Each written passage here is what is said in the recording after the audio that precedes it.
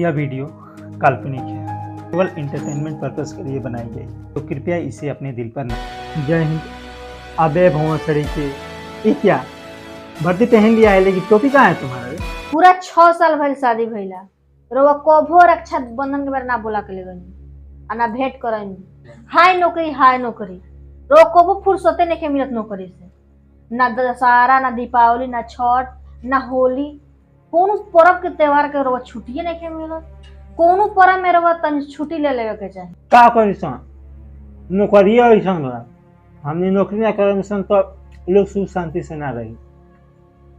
ये बड़ा देखत में बड़ू लोग आपसे में कितना दौड़ झड़ के खून खतरा कर देता। उ सब हम नहीं जानत। अब की राखी बंधन में हमरा के ले चली नहीं है, राखी बांधे के बाद सबके से भेंट करे के बाद।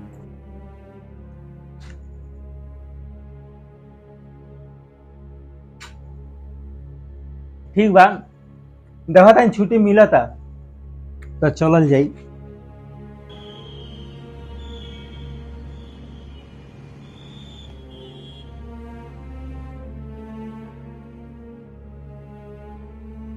जय हिंद सर। जय हिंद। अबे भौंसड़ी के ये क्या वर्दी पहन लिया है, लेकिन टोपी कहाँ है तुम्हारा? सर टोपी हमारे बजट में नहीं आ रहा था। शुक्र कहिए वर्दी किसी और का पड़ा हुआ था, रखा हुआ था, उसी को ले लिया, पहनकर चलाया, वरना ये भी मुश्किल था। साले तो ऐसी स्क्रिप्ट लिखता क्यों है तू? सर स्टार्टिंग फेस है ना, चलेगा। जी सर ये बताइए, आपने भी तो ये पॉपकॉर्न का मशीन को ही टेबल बना लिया है, ऐसा क्यों? पहले मैं पॉपकॉर्न बेचता था ना, उसी को टेबल बना लिया हूँ। क्या करूँ, मेरी भी वही हाल है, मेरे पास भी बजट नहीं है। साला खुद भिखारी है, मुझे बोल रहा है। कुछ कहा क्या? कुछ नहीं, वो सब छोड़ो, बताओ तुम किस काम से आए हो? अब क्या बताऊं सर, 6 साल हो गए शादी को, मेरी बीवी अभी तक मायके नहीं गई है, उसी को लेकर हमसे झगड़ा कर रही है। तो इसमें मैं क्या कर सकता हूँ? सर मुझे इस बार रक्षाबंधन में छुट्टी चाहिए, जाना है उसको बुला करके मायके जाना है उसके। मुखदेव तुम्हें पता ही है हमारे डिपार्टमेंट का हाल क्या है, आदमी ही नहीं पुगते हैं ड्यूटी के लिए, उसमें तुम छुट्टी मांग रहे हो। सर मात्र 2 दिन एडजस्ट कर लीजिए सर, प्लीज सर 2 दिन की छुट्टी दे दीजिए सर।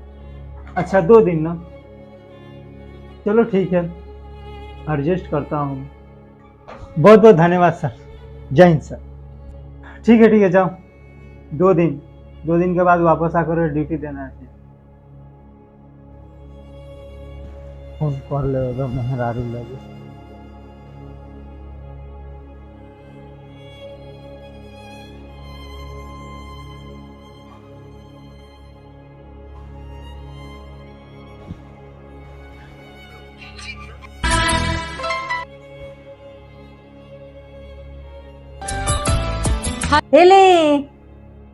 हिली ना, तू हिल मेहरारू।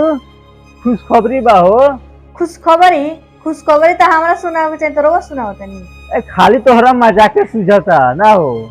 अरे सही नु सुनबू तो लगू खुशी से पूरा नाचे लगू।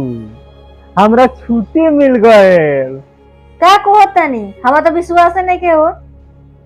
तैयारी करे आवत बानी तो चलो तारा के नैहर घुमा लिया होता नहीं। बड़ी छुट्टी कैले रहलू है, नैहर कैले रहलू है। चलो ये राखी बंधन के बेरी घुमा लिया। ठीक बा आई। ठीक बा। हाँ हेलो माई, हम आवत में राखी बांधे कह दिए भैया के घर रहेगा, ठीक बा? और पूरा 6 साल के नेक कह दिए रखले रहेगा, ठीक बा?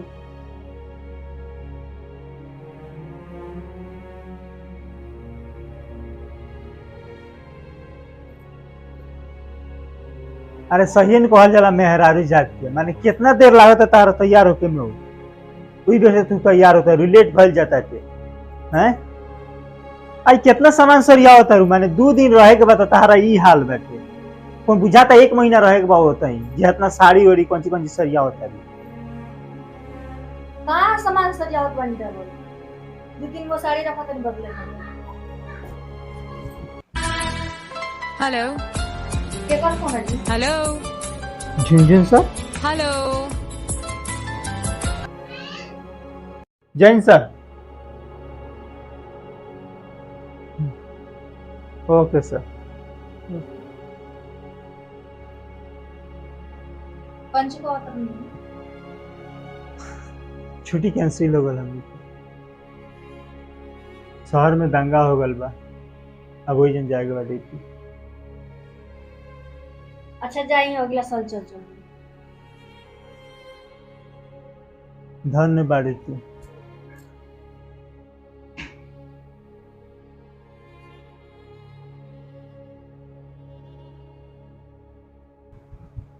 ठीक बा, चलते हैं, ख्याल रखिए।